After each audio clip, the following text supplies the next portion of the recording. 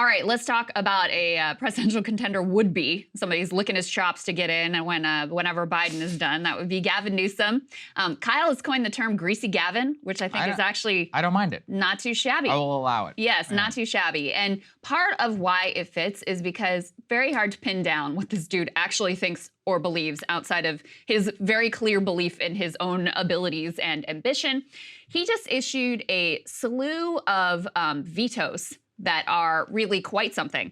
Let me go through all of them and we can talk about them on the other side. This is not even all of them. There are a number of others, but these were some of the ones that stuck out to me. So put this up on the screen. You have this is a Democratic legislator, Alex Lee, who says he's extremely disappointed that the governor had vetoed a social housing act that would have built more social housing in certain specified areas in California. Of course, California is a state with a maybe the worst housing crisis in the entire country in terms of affordability. Yeah. Go ahead and put this next one up on the screen. This one might be a surprise to a lot of folks.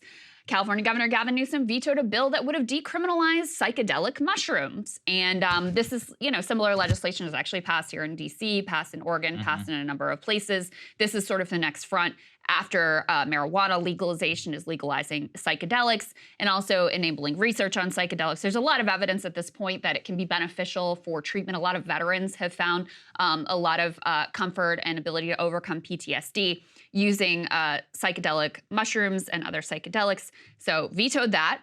We also have put this next one up on the screen.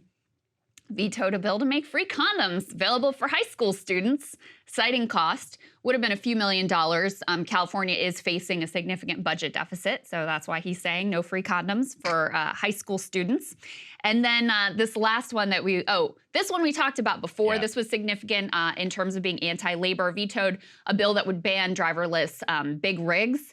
Labor very upset over this one. Silicon Valley very happy over this one. He had also vetoed that bill that would have provided unemployment insurance payments for striking workers.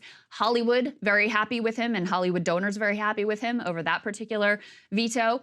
And then the last one we have here is he vetoed a bill aimed at limiting the price of insulin. It would have capped insulin copays at $35 a month, I believe that it was. Now he has taken, and this is part of what's so perplexing, he has taken some significant steps towards curbing insulin costs.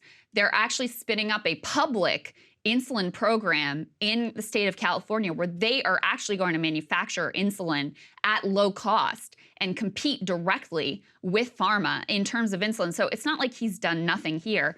But Saagar, when I look at all of these things and when I try to piece together, like, what is the overarching philosophy here, it really becomes very clear. It's follow the money.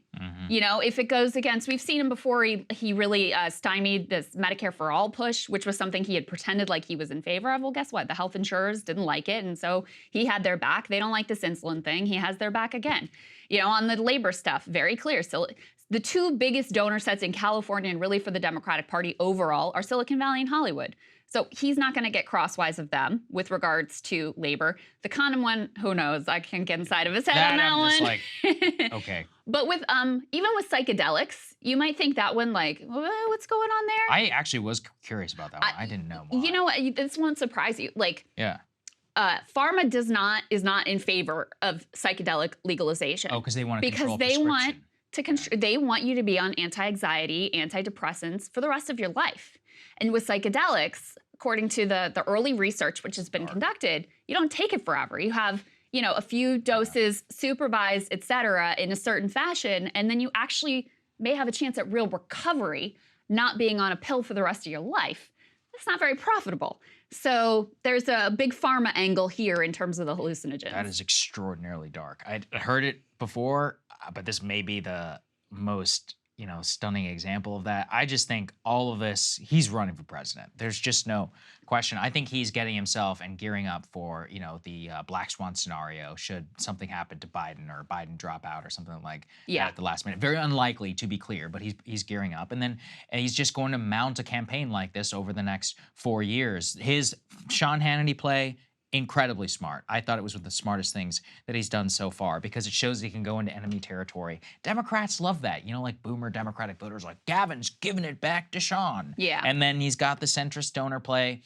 He's the governor of the most populous state. Look, I hate to say it. I think his power levels are like the highest they've ever been. Despite COVID, despite so many awful things that the man has done. But the centrist push on crime, on homelessness, combined with donor, combined with he breathes, he can speak, he's not unpopular like Kamala Harris.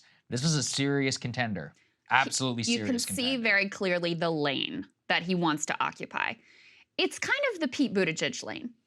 It's like, I'm going to be a donor darling. I'm going to have all the money in the world. Tech money, Silicon Valley money, tech money and Silicon Valley money are the same thing. Hollywood money, all the money in the Democratic Party. I'm going to make sure those donors absolutely love me. And I'm going to be this like resistance darling because, and this is what Pete always did, I'm going to go on Fox News, I'm going to mix it up. I have endless confidence in my ability to joust with Ron DeSantis or Sean Hannity or whoever you put in front of me. And they both are very like verbally skilled in those arenas. I don't think there's any denying it. And so I'm going to have the vibes of being this like fierce resistance fighter while having this very like status quo, donor friendly, traditional approach. Listen, I hate it, but a lot of Democratic voters have really found it compelling. The media absolutely eats it up. And so, you know, I hate to say it, but I do think it's a like savvy play in terms of how he's positioning himself, likely for 2028. But if something crazy happened, 2024. That's the thing. People are like, oh, are you saying you like Gavin? I'm not saying that at all. I don't like Gavin Newsom. I can't stand Gavin Newsom. But as you said, Krystal, I understand the electorate. This is, you got to put on your analysis hat and look at candidates who are successful. And the median voter, the median Democratic voter in this country is a 55-year-old white guy with no college degree. Yeah. Those people love Gavin. I mean, it's just, you got to understand their media consumption, where they're coming from, what they actually get animated by when it comes to politics. Like, your Thanksgiving table is a far better barometer of what actual voters and people think about politics and the type of people who they engage with on that level. And for that, Gavin is absolutely the best positioned out of any person in the field for that category. Well, here's the other thing is he's done enough on the, like, these are all betrayals of progressives, obviously, and of labor and love veterans and all kinds of people, but